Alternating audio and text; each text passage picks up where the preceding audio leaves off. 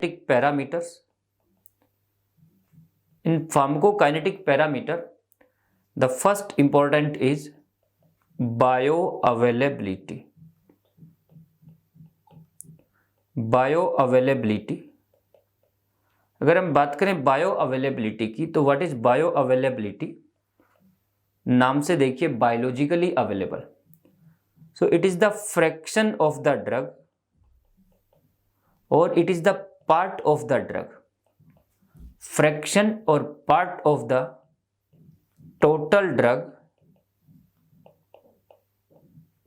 Reaching to systemic circulation.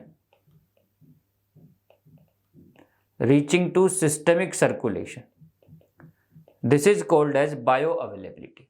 कि जो fraction या जो पार्ट है टोटल ड्रग का, उसका कितना परसेंट सिस्टेमिक सर्कुलेशन में पहुंचा, but in unchanged form. Change होके नहीं, अनचेंज्ड फॉर्म में, जैसा था वैसे. चेंज होके तो मेटाबॉलिज्म होके पहुंच ही जाएगा, राइट? तब देखिए, it depends upon two factors. It depends on two factor. One is absorption. One is absorption. जितना ज्यादा एब्जॉर्ब होगा उतना ज्यादा बायोअवेलेबिलिटी होगा. So bioavailability is directly proportional to absorption process. जितना ज्यादा एब्जॉर्प्शन उतनी ज्यादा bioavailability. The second is pre systemic metabolism. Pre systemic metabolism और which is also called as first pass effect. Which is also called as first pass effect और first pass metabolism. So bioavailability is inversely proportional to pre systemic metabolism. Inversely proportional to pre systemic metabolism. जितना ज्यादा metabolise हो गई before reaching to systemic circulation. Pre systemic means before reaching to systemic circulation. जितना ज्यादा metabolise होगी उतनी bio availability कम होगी. तो एब्जॉर्प्शन है पहला, और दूसरा हो गया आपका pre systemic metabolism. Pre systemic metabolism को आप कैसे काउंट कर सकते हैं? It can be counted as extraction ratio. Extraction ratio कि कितना एक्सट्रैक्ट हो गया उस पर्टिकुलर ऑर्गन में, उसको हम बोल रहे हैं एक्सट्रैक्शन रेशियो. सो प्री सिस्टेमिक मेटाबॉलिज्म की अगर हम बात करें तो जैसे कि लीवर में,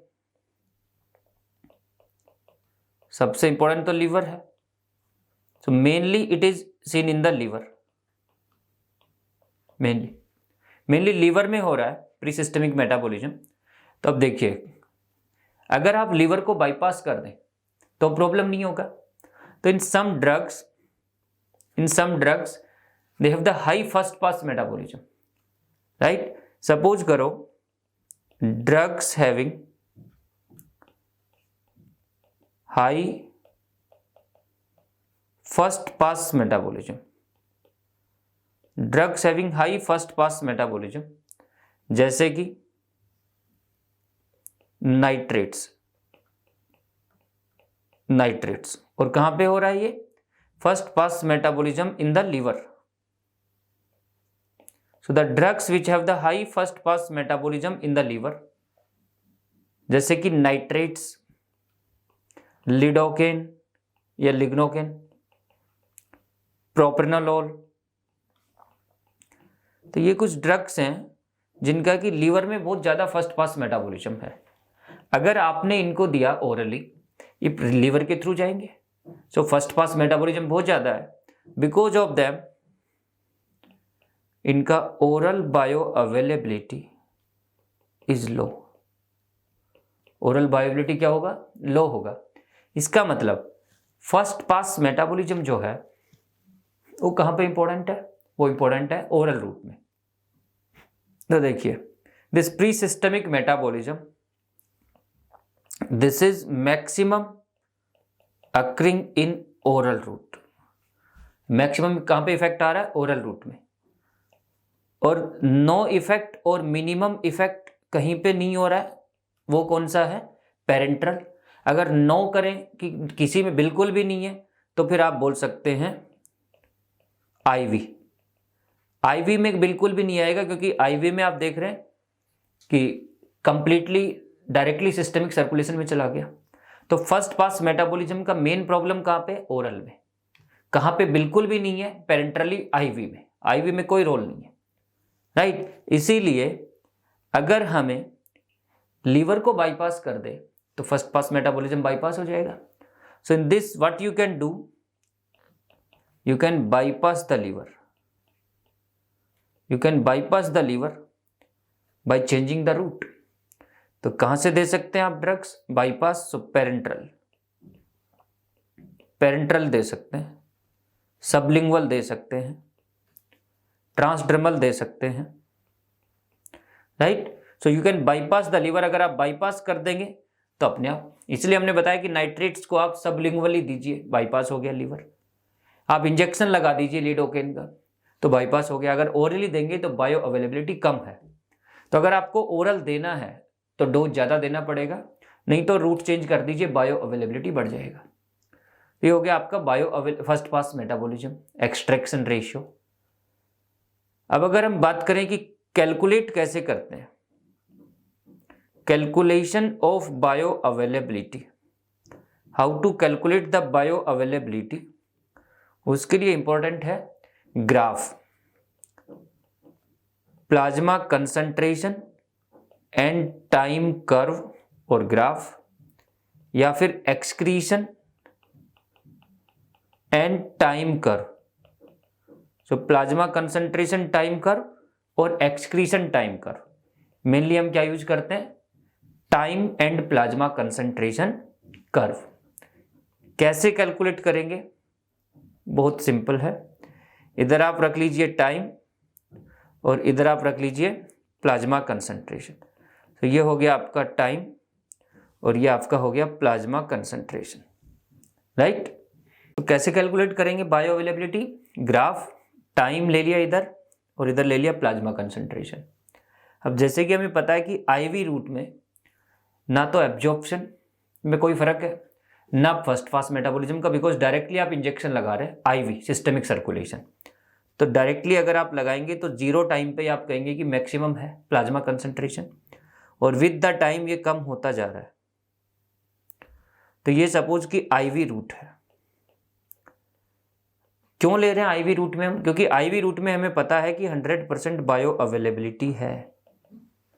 100% बायो अवेलेबिलिटी क्यों है, because in IV route there is no risk of absorption, no first pass metabolism, directly injecting the drug in the systemic circulation. So 100% bioavailability. तो ये क्या हो गया आपका रेफरेंस रूट हो गया, ये हो गया आपका रेफरेंस रूट। अब बात करते हैं कि अब हमने ओरल दिया, सपोज कि आपने ओरल दिया, तो ओरली देंगे तो वैसे बढ़ेगा विद द टाइम और फिर समय के साथ कम होता जाएगा। तो ये आपने दे दिया ओरली, ओरल रूट। तो यहां से आपको आइडिया लग रहा है कि ओरल में कैसे चेंजेज आया। तो पहले एब्जॉर्प्शन बढ़ रहा है, जैसे जैसे एब्जॉर्प्शन बढ़ा, एक्सक्रीशन कम है, एब्जॉर्प्शन हो रहा है, तो लेवल बढ़ता जा रहा है। एक पीक आएगा, उस पीक पे आप बोल सकते हो कि जितना एब्जॉर्ब हो रहा है उतना एक्सक्रीट हो रहा है, तो बराबर हो गया। उसके बाद जो है डाउन होना स्टार्ट हो गया, मींस एक्सक्रीशन बढ़ गया, एब्जॉर्प्शन स्लो हो गया, क्योंकि अब कंसंट्रेशन कम हो गई। तो एब्जॉर्प्शन कम होता जा रहा है और एक्सक्रीशन बढ़ता जा रहा है, तो डाउन होना स्टार्ट हो गया। इसको हम बोल सकते हैं कि ये जो है this is maximum plasma concentration. तो आप बोल सकते हैं this is C max, maximum plasma concentration. और जो टाइम लगता है इस प्लाज्मा कंसंट्रेशन को अचीव करने में, उसको आपने बोल दिया कि ये है आपका टी मैक्स, सी मैक्स और टी मैक्स। अब बायो अवेलेबिलिटी कैसे कैलकुलेट करते हैं, ना तो सी मैक्स से, क्योंकि सी मैक्स तो एक टाइम पे बता रहा है कि मैक्सिमम कितना है, लेकिन कितना किस स्पीड से एब्जॉर्ब हुई, कितना एब्जॉर्ब हुआ, उसका कंप्लीट डिटेल नहीं बता सकता। ऐसे टी मैक्स है, टी मैक्स आपको रेट बता सकता है कि कितने रेट से एब्जॉर्ब हो रहा है। सो टी मैक्स की सिग्निफिकेंस क्या है, टी मैक्स की सिग्निफिकेंस है कि it tell us about the rate of absorption. Rate बता सकता है, अगर टी मैक्स कम है मतलब फास्ट एब्जॉर्ब हुआ, अगर टी मैक्स ज़्यादा है, ज़्यादा टाइम लिया, मतलब एब्जॉर्प्शन कम स्लो हुआ। तो ये रेट बता सकता है। हमें तो चाहिए बायो अवेलेबिलिटी। अगर आपको बायो अवेलेबिलिटी चाहिए तो उसके लिए तरीका क्या है कि आप एक पॉइंट पे नहीं, आप पूरा ग्राफ कैलकुलेट करिए। उसके लिए क्या करेंगे, एरिया अंडर द कर्व, उस ग्राफ के नीचे का area. Same for the oral also, the area under the curve, दोनों का एरिया कैलकुलेट कर लीजिए। ना तो सी मैक्स अलोन ना टी मैक्स अलोन, दोनों चीज चाहिए अपने को। तो उसके लिए हम क्या करते हैं, area under the curve for oral calculate कर लिया and area under the curve for IV route calculate कर लिया। दोनों कैलकुलेट कर लिया। एरिया से कैसे कंपेयर करते हैं वो देखिए। So now to calculate the bioavailability, हमें ओरल की चाहिए, तो देखिए कैसे करेंगे। Oral bioavailability divided by IV bioavailability, किससे कंपैरिजन कर रहे हैं, area. Area under the curve for oral, area under the curve for IV. Area आपने कैलकुलेट कर लिया। अब हमें ओरल चाहिए, तो oral bioavailability will be equal to area under the curve for oral divided by area under the curve for IV multiplied by IV bioavailability. और IV bioavailability कितनी है, 100, तो आप इसकी जगह 100 रख सकते हैं। तो इसकी जगह रख दीजिए 100। किस में, परसेंटेज में, तो ये किस में आ जाएगा, परसेंटेज में। सो ओरल बायो अवेलेबिलिटी ऐसे कैलकुलेट कर दी। सपोज आपको आईएम करनी होती तो आईएम कर लेते, आईवी रेफरेंस होगा, तो आईएम का एरिया चेक कर लीजिए। So what is the important point, that area under the curve tell us about the extent of absorption, extent of absorption, and that is important for bioavailability, that is important for bioavailability। कितना extent absorption का है वो bio availability को determine कर रहा है। So this is the way to calculate the bioavailability. I hope you got it. Now comes to the next important, after bioavailability calculation, the next is steady state plasma concentration. The next calculation is steady state plasma concentration, steady state plasma concentration। What is steady state plasma concentration? By name you can see कि steady state means same, change नहीं हो रही है, continuously एक जैसी है, तो उसको हम बोल रहे हैं steady state plasma concentration. In short it is called as CPSS। अब देखिए सेम एक ग्राफ बनाते हैं। Suppose you have given one drug, आपने एक ड्रग है उसको यूज किया। इनिशियली द कंसंट्रेशन, सपोज आपने 100 मिलीग्राम यूज किया और ये इसका कंसंट्रेशन है इनिशियली, तो आपने ड्रग यूज किया और ये उसका इनिशियल कंसंट्रेशन है 100, right. It is 100 plasma concentration. एक हाफ लाइफ के बाद क्या होगा, पहली हाफ लाइफ थी जहां पे 100 था, अगर एक हाफ लाइफ के बाद आप देखेंगे तो 50 आ जाएगा। सपोज कि 50 पे आ गया, आप क्या करते हैं 100 उसमें ऐड कर देते हैं। जैसे आपने 100 ऐड किया, ये पहुंच गया कितना 150, 100 से 150 चला गया। सेकेंड हाफ लाइफ आएगी तो ये फिर आधा हो गया, और आधा होके कितना पहुंच गया 75। उसके बाद फिर आप 100 ऐड कर देते हैं, तो ये कितना पहुंच गया, ये पहुंच गया 175। फिर आधा हो गया, 87.5 पहुंच गया। फिर आपने 100 ऐड कर दिया तो ये 187 पहुंच गया, 187.5। फिर आधा हो गया तो ये पहुंच गया 93.6। फिर आपने 100 ऐड कर दिया और ये पहुंच गया 193। फिर ये आधा हो गया और ये पहुंच गया 96 पॉइंट समथिंग, और फिर आपने 100 ऐड कर दिया और ये पहुंच गया 196। बढ़ाते जाइए, ऐसे बढ़ते जा रहा है। एक टाइम पे आएगा कि ये आपका हो गया 200, राइट, बढ़ता जा रहा है, 200 हो गया। अब 200 का अगर आप हाफ करेंगे तो ये आपका आ गया 100। अब इसमें 100 ऐड कर दीजिए, वापिस से 200, ऐसे ही चलता रहेगा। मीन्स 200 से ऊपर जा रहा है, नहीं जा रहा है, दिस इज मैक्सिमम। इसको हम बोल रहे हैं स्टेडी स्टेट प्लाज्मा कंसंट्रेशन। तो देखिए, अगर आप सेम डोज देते रहेंगे तो कुछ टाइम लिमिट के बाद एक पीक प्लाज्मा कंसंट्रेशन अचीव हो गया और ये उसको क्रॉस नहीं कर सकता, उसको हम बोलते हैं steady state plasma concentration. Initially देखिए कैसे बढ़ रहा था, इनिशियली बहुत स्लोप जो है अपवर्ड कर्व था, बहुत फास्ट था, धीरे धीरे कम होता गया और एक लिमिट के बाद देखिए वो स्लोप डाउन चला गया बिल्कुल, और फिर बिल्कुल फिक्स हो गया। इसका मतलब पहले बढ़ रहा था स्पीड से, फिर कम होता चला गया। तो अगर हम बात करें पहली half life, second half life, third half life, fourth half life, fifth half life तक तो फिर भी हमें नज़र आ रहा था और हम कैलकुलेट करते तो चेंज नज़र आता। लेकिन पांचवी हाफ लाइफ के बाद अगर आप कैलकुलेट करेंगे तो 196 से 0.8 से 198 बहुत पॉइंटों में फर्क आ रहा है, तो आपको कैलकुलेट भी ठीक से नहीं कर पाएंगे। इसका मतलब फिफ्थ हाफ लाइफ के बाद आपकी steady state plasma concentration practically तो अचीव हो गई, थ्योरेटिकली तो नहीं हुई थी, राइट, बट प्रैक्टिकली हमें चेंजेस नजर नहीं आ रहे हैं। So to achieve the steady state plasma concentration, to achieve steady state plasma concentration we need the 5 half life, 5 या उससे ज़्यादा, 5-6 तक, राइट। तो 5 हाफ लाइफ के बाद आपको steady state plasma concentration achieve हो जाएगा। This is important, right.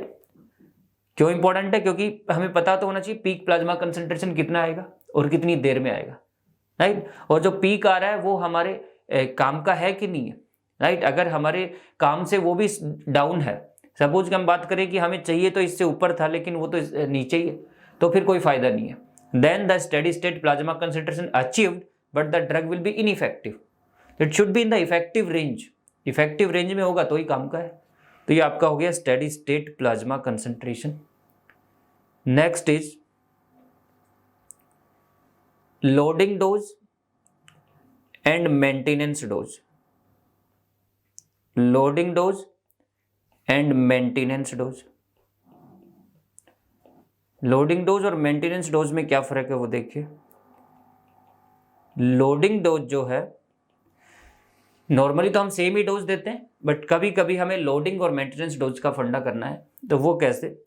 Loading dose depends on volume of distribution and maintenance dose depends on clearance rate. So loading dose equals to target plasma concentration. Loading dose equals to target plasma concentration multiplied by volume of distribution, and maintenance dose is equals to target plasma concentration multiplied by the clearance rate. कब चाहिए loading dose? Loading dose हमें चाहिए suppose कि एक drug का volume of distribution ज़्यादा है, volume of distribution ज़्यादा है, तो टारगेट प्लाज्मा कंसंट्रेशन अचीव करने के लिए हमें लोडिंग डोज देना पड़ेगा, राइट। या फिर उसकी हाफ लाइफ ज़्यादा है, टी हाफ इज मोर, और उसकी स्टेडी स्टेट प्लाज्मा कंसंट्रेशन चाहिए हमें जल्दी। क्यों चाहिए? क्योंकि हमें इमरजेंसी है, तो फिर हमें उसके लोडिंग डोज देना पड़ेगा, क्योंकि नॉर्मली तो 5 हाफ लाइफ चाहिए स्टेडी स्टेट अचीव करने के लिए। सपोज कि हाफ लाइफ है 5 घंटे और इफेक्ट आएगा CPSS अचीव होगा 25 घंटे पे, 25, हमें चाहिए जल्दी, तो उसकी केस में हम क्या कर सकते हैं? हम लोडिंग डोज दे सकते हैं, लोड करेंगे, ज़्यादा देंगे ताकि जल्दी इफेक्ट आ जाए। तो अगर हमें टारगेट प्लाज्मा कंसंट्रेशन अचीव करना है जल्दी, तो हमें लोडिंग डोज देना पड़ेगा, और वो किस पे डिपेंड कर रहा है? डिस्ट्रीब्यूशन प्रोसेस पे। मेंटेनेंस डोज किस पे डिपेंड कर रहा है? क्लियरेंस पे, क्लियरेंस रेट कितना है। तो अगर हमें टारगेट मेंटेन रखना है तो क्लियरेंस के हिसाब से डोज कंटिन्यू करना पड़ेगा। तो दोनों के बीच में रिलेशन है। ये कब कर रहे हैं हम बात, ये बात कर रहे हैं अगर आप आईवी रूट से दे रहे हैं तो। अगर आप दूसरे रूट से देंगे तो हमें बायो अवेलेबिलिटी को भी मेंशन करना पड़ेगा। So this is when we are using IV route. In other route, we have to mention the bioavailability also. Suppose करो कि यहाँ पे 100 मिलीग्राम डोज आ रही है और अगर ओरल बायो अवेलेबिलिटी 50% है तो हमें 200 मिलीग्राम डोज देना पड़ेगा। So we have to consider the bioavailability also. 100% bioavailability is there in the IV route. So this is about the loading and maintenance dose. And the last parameter, that is kinetics of elimination. Kinetics of elimination. In kinetics of elimination what happens कि elimination कैसे हो रहा है। So अगर drug eliminate हो रही है it means inactive हो रही है या बाहर जा रही है, एक्सक्रीट हो रही है, मीन्स उसका इफेक्ट खत्म हो रहा है basically. That is called as elimination process, means effect खत्म हो गया ड्रग का। It could be first order और it could be zero order. It could be first order और it could be zero order. Zero order. सबसे पहले बात करते हैं फर्स्ट ऑर्डर काइनेटिक की। What happens in first order kinetic? In first order kinetic suppose कि you have given, normally हम assume कर सकते हैं कि आपकी बॉडी में एंजाइम्स जो हैं उनकी कमी नहीं है, बहुत सारे एंजाइम्स हैं। आपने किसी ड्रग का 10 मिलीग्राम यूज किया, आपकी बॉडी में एक नंबर ऑफ एंजाइम है, उसमें से कुछ एंजाइम ने यहाँ पे काम किया और 1 आवर के अंदर, within 1 hour the drug is 10 to 5 means 50% eliminate हो गई। 50% एलिमिनेट हो गई और अमाउंट कितना एलिमिनेट हुआ? 10 to 5, तो अमाउंट हो गया 5। कितने में? 1 आवर में 5 मिलीग्राम पर आवर। ये तो एलिमिनेशन रेट हो गया 5 मिलीग्राम पर आवर और 50% फ्रैक्शन हो गया। सपोज करो कि अब मैंने उसको 20 मिलीग्राम दिया, उसके बाद फिर मैंने देखा कि with in 1 hour it is 10 milligram. इसका मतलब हाफ होने में 20 से 10 हुआ, तो 10 मिलीग्राम पर आवर। 1 घंटे में भी 10 मिलीग्राम एलिमिनेट हो गया, लेकिन परसेंटेज कितना है अभी भी? 50। ऐसे ही अगर मैं बात करूं कि मैंने उसको 50 मिलीग्राम दिया या 100 मिलीग्राम दिया, तो क्या हो रहा है? 50 से 25 मिलीग्राम और 100 से 50 मिलीग्राम। रेट देखिए 50 से 25, तो 25 मिलीग्राम पर आवर और यहां पे 50 मिलीग्राम पर आवर, लेकिन है 50%। परसेंटेज तो सेम है 50%, लेकिन अगर टाइम की अगर हम बात करें रेट ऑफ एलिमिनेशन, मीन्स 1 घंटे में कितना अमाउंट एलिमिनेट हो रहा है वो अलग है। इसका मतलब क्या हुआ? इन फर्स्ट ऑर्डर काइनेटिक एंजाइम्स की कमी नहीं है, एंजाइम सैचुरेट नहीं है, इसलिए हम इसको बोलते हैं लीनियर काइनेटिक। जितना ज़्यादा कंसंट्रेशन ड्रग का होगा उतने ज़्यादा एंजाइम्स काम करेंगे। लीनियर रिलेशनशिप है। 10 थे तो 5 में कर दिया, 20 थे तो 10 में, मीन्स सेम टाइम में every time the same percentage, the fraction is same but amount is different. 10 to 5 means 5 milligram per our, 10 milligram, 25 milligram, 50। When the amount was 10, the rate of elimination is 5 milligram per hour. When the concentration increase, the rate of elimination increase. So you can say that in first order kinetic, the rate of elimination, this is rate of elimination, is directly proportional to plasma concentration. In first order kinetic, the rate of elimination is directly proportional to plasma concentration. This is the first important thing. The second is, what about the clearance rate? Clearance rate, for calculating the clearance rate, we see the rate of elimination divided by plasma concentration. Clearance rate is rate of elimination divided by plasma concentration.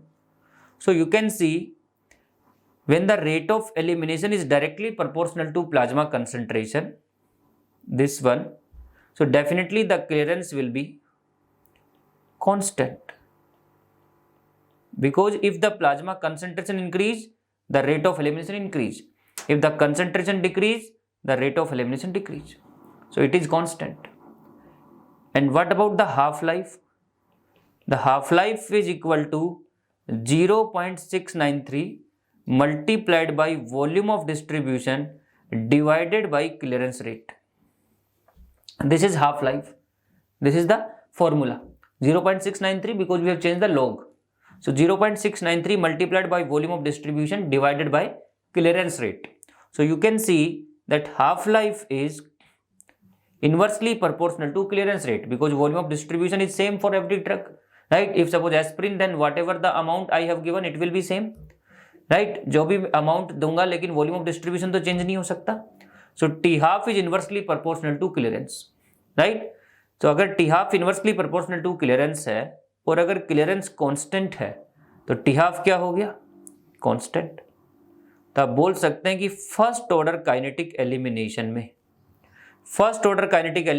में पहला rate of elimination directly proportional to plasma concentration, दूसरा clearance constant और तीसरा half life is constant. ये हो गया आपका linear kinetic, first order kinetic. अब सपोज की बात करें कि what happens in the zero order kinetic. So in zero order kinetic what happens, देखिए अब मैक्सिमम था वहां पे हमने 100 दिया, 100 को 1 आवर में 50 कर दिया, यहां तक ठीक था. अब मैंने इससे भी ज्यादा दे रहा हूं, अब मैंने इसको 200 यूज किया. 200 में हमने देखा कि भैया 1 आवर में 150 हुआ. जब 300 दिया तो 1 आवर में 250. इसका मतलब क्या हुआ? It means 100 to 50, it means the amount is 50. 200 to 150 means the amount is 50. 300 to 250 means 50 milligram per hour. 50 milligram per hour. 50 milligram per hour. हर घंटे में 50 मिलीग्राम ही एलिमिनेट हो रहा है. परसेंटेज की बात करें तो परसेंटेज अलग है. 100 to 50, 50% एलिमिनेट हुआ. 200 से 150 means 50 out of 20, so only 25% eliminate हुआ. 50 आउट ऑफ 300 मीन्स अराउंड, आप बोल सकते हैं 50 out of 300, so 50 divided by 300 multiply by 100, सो कितना एलिमिनेट हो गया? 1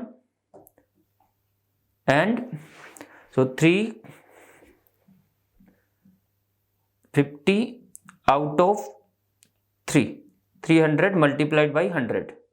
You can see, so it will be around 17.5%. So you can see when the concentration was high, right? When the concentration was low, the percentage was high, but when the concentration was high, the percentage is low. So percentage vary कर रहा है, but amount देखिए 50, 50, 50, same amount eliminate हो रहा है. इसका मतलब enzyme saturate हो गए, उससे ज़्यादा एंजाइम्स है ही नहीं हमारे पास. अब अगर सैचुरेट हो गए तो उतने ही काम करेंगे, मैक्सिमम लिमिट आ चुकी है. इसलिए इसको हम बोलते हैं सैचुरेशन काइनेटिक. इसलिए इसको हम बोलते हैं सैचुरेशन काइनेटिक, कि एंजाइम सैचुरेट हो गए हैं, इससे ऊपर एंजाइम नहीं है. तो सैचुरेशन काइनेटिक में क्या क्या इफेक्ट आ रहा है? In saturation kinetic, the rate of elimination. In saturation kinetic, the rate of elimination is constant. And you can check also 50 milligram per hour. So rate of elimination constant है पहली चीज. दूसरा clearance. Clearance is rate of elimination divided by plasma concentration. तब देखिए rate of elimination तो constant है, तो आप बोल सकते हैं कि clearance rate is inversely proportional to plasma concentration in zero order kinetic. And the third is half life, the half life is inversely proportional to clearance, पढ़ा हुआ है हमने। तो अगर half life inversely proportional to clearance है तो T half is directly proportional to, अब देखिए clearance is inversely proportional to plasma concentration, T half is inversely proportional to clearance, so T half is directly proportional to plasma concentration. So ये तीन चीज आ गई zero order के लिए। अब देखिए नॉर्मली आपकी बॉडी में जीरो ऑर्डर तो नहीं हो रहा है, फर्स्ट ऑर्डर हो रहा है, लेकिन कभी ना कभी तो लिमिट आएगी, कभी ना कभी तो सैचुरेशन होगा। तो आप बोल सकते हैं कि normally first order in most of the drug what happens, normally they follow the first order, in high dose और in high concentration the first order converts to zero order. So normally first order but in high dose it converts to zero order. This is called as pseudo zero order kinetic. This is called as pseudo zero order kinetic. So zero order तो mostly मिलता ही नहीं है, pseudo zero order मिल रहा है कि normally वो first order है लेकिन हाई कंसंट्रेशन में जीरो ऑर्डर काइनेटिक में कन्वर्ट हो जाते हैं। इसके एग्जांपल्स क्या हैं, तो चाहे जीरो ऑर्डर के एग्जांपल पूछें चाहे स्यूडो जीरो ऑर्डर के, वो सेम होंगे। एग्जांपल क्या है, in zero order kinetic what happens, amount eliminated per unit time is constant, यही पढ़ा आपने। तो A फॉर एस्प्रिन, एक तो हो गया आपका aspirin, E for ethyl alcohol, तो दूसरा हो गया ethyl alcohol. But ethyl alcohol में जीरो ऑर्डर बहुत जल्दी अचीव हो जाता है, तो आप उसको ट्रू जीरो ऑर्डर भी बोल सकते हैं। P for phenytoin, commonly asked phenytoin, normally first order, high dose zero order. T for tolbutamide and T for theophylline, so tolbutamide and theophylline. And K, आप के को याद रखें, vitamin K related, so that is warfarin, warfarin related to vitamin K. So these are the drugs which follow the pseudo zero order kinetic और zero order kinetic, normally first order but in high dose they will have the zero order kinetic. So practically these drugs can achieve the zero order kinetic and these are important. What is the significance, अगर zero order kinetic में आ रहे हैं तो rate of elimination fix हो गया, change नहीं हो सकता, उससे ज्यादा नहीं हो सकता, तो क्या हो गया, the chances of toxicity will be there. So because these are following the pseudo zero order kinetic, saturation achieved, enzyme उससे ऊपर नहीं है, उससे फास्ट एलिमिनेट नहीं हो सकती, एक लिमिट आ गई, तो आप बोल सकते हैं the risk of toxicity, the risk of toxicity is commonly seen in these drugs which follow the zero order kinetic. तो ये आपकी हो गई फार्माकोकाइनेटिक पैरामीटर्स।